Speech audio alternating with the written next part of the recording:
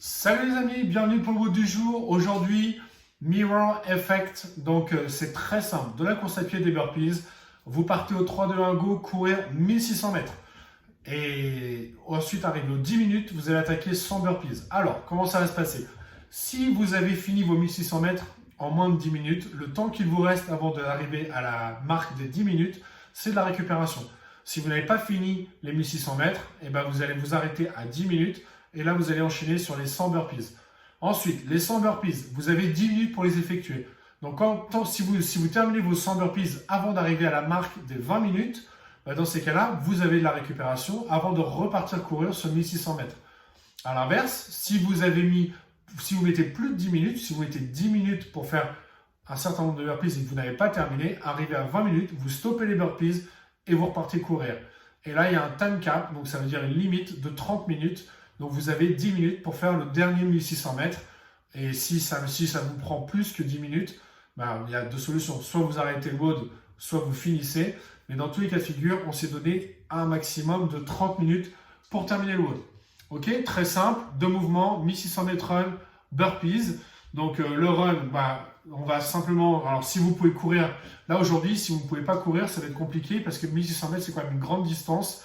Donc, vous pouvez remplacer bien sûr par des jumping jacks par exemple. Donc, 400 mètres de run, c'est 1 minute 30 de jumping jacks. Donc, 1600 mètres, c'est 4 fois 1 minute 30 de jumping jacks. Ça va commencer à sérieusement vous piquer les mollets et le cardio ainsi que les épaules. Mais bon, on est en confinement, on fait ce qu'on peut. De toute façon, ce sera toujours du travail, quoi qu'il en soit. Pour les burpees, plusieurs points clés à respecter. Le premier, c'est je me laisse tomber au sol. Le deuxième, c'est quand je me relève, j'envoie mes pieds au plus près de mes mains pour limiter l'amplitude de mon squat.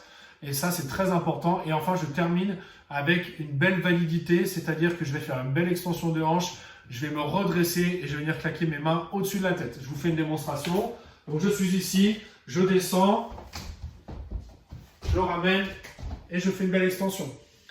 Regardez bien la différence entre ramener mes pieds au plus près de mes mains et ramener mes pieds sous moi. Je suis ici. Là, si je ramène mes pieds sous moi, ici, regardez ma position. Je suis complètement fléchi. J'ai mes talons qui sont décollés du sol et j'ai mon poing vers l'avant. Ça veut dire que là, pour pouvoir me relever, il va falloir que je me repousse vers l'arrière. Parce que là, si j'essaie de me relever dans cette posture-là, je vais tomber en avant. Donc, il va falloir que je me repousse vers l'arrière, puis je fais un squat complet pour me relever.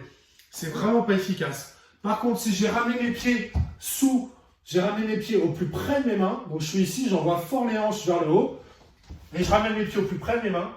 Dans cette position, regardez, je ne suis plus qu'en quart de squat, j'ai mes talons bien posés au sol, donc c'est très facile pour moi de me redresser et de venir claquer mes mains au-dessus de la tête. Voilà, ça c'est super efficace.